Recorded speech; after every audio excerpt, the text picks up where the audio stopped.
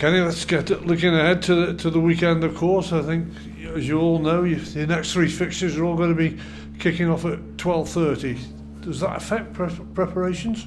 Well, it can affect preparation. You have to get up early. There's a lot of travelling. There's not that much time to get ready in the morning and to get into your usual routine, which is the 3 o'clock games. And obviously the fans have to travel. People have normally organised over the years, organised a day out, and they start in the morning, they kick off 3 o'clock and you have a full day of it. Now there's also positives. Obviously there's the TV.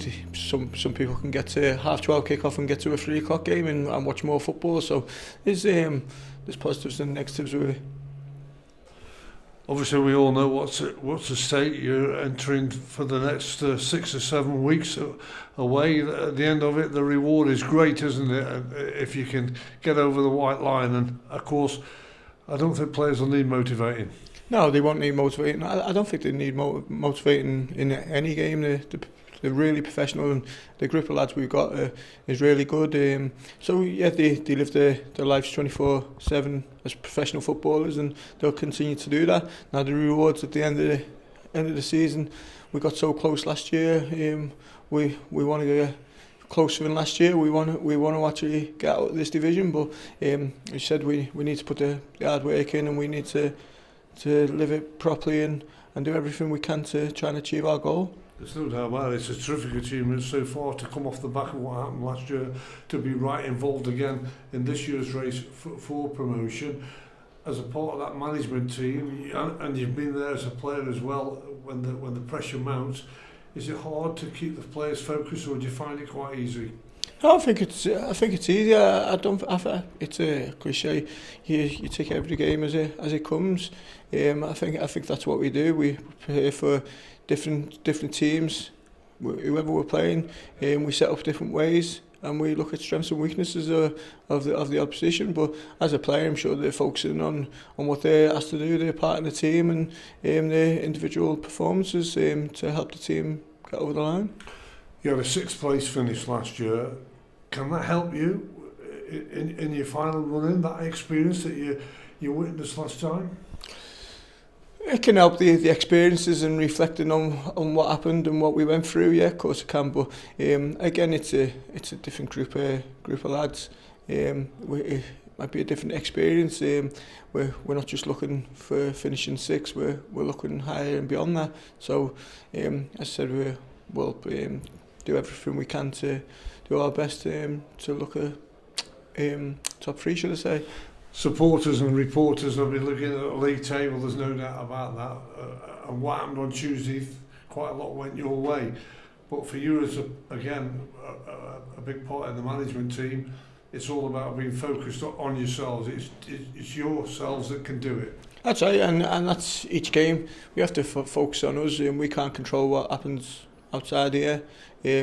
Obviously, we look at other scores and see what's happening around us and see what we need to do. But in the end, we need to win our games of football, and if we win our games of football, we'll be in control of our destiny. 10 games to go, 6 of those are at home as well. It just dropped off a little bit in the last few weeks, the home form, but the away form's been good. You're coming off the back of 3 games unbeaten, but how important is it that, again, it becomes a bit of a fortress?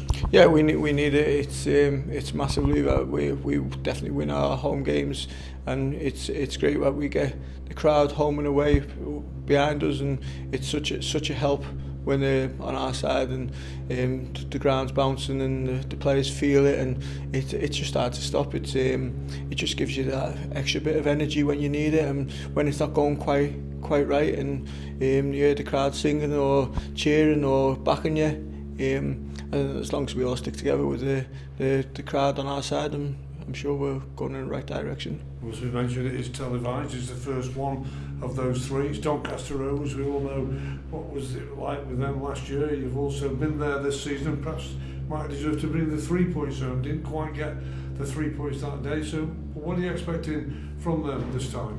Doncaster were one of the toughest teams to play in the league. They're all tough games, but we always knew and thought they'd be up there. Very good team, can play through the thirds, can play long, can mix it up, got a bit of everything, got ability from the sides, got goal scorers, so we've got a bit of everything. But every time we've played them, we fancy our chances, and they've always been tough games, as you seen last year in the league, in the playoffs, and this year in the league. There's never been much between us, and I'm sure there won't be much on Saturday. This medical day report updates on a Thursday when we do the press with whoever it is from the management team. What have you got in terms of Mickey Dimitrio, Jamie Connolly and Jack Lancaster? They're the main three now. They're just striving hard to get back. Where are they up to? Oh, they're back on the grass, and we're looking to get them involved as soon as we can. They're three good players, three experienced players, and as soon as we can, we'll be getting them some minutes, and they'll have to try and get the places back in the team. Yeah, it's been a long time in coming, hasn't it? Because you've had a horrendous time with injuries, but you've got to put that all behind you. And as you quite rightly say, when they come back, they've got to get in the team. But again, you've got good options. Oh yeah, I think we've got a really good squad, and strength and depth. And when they're all back, it's hard for the gaffer to choose who's going to be playing. And as I said, we take it game by game, and he has a look at strengths and weaknesses and changes it up. So there's always reasons, and as long as you're honest with the players, they can accept when they're not playing.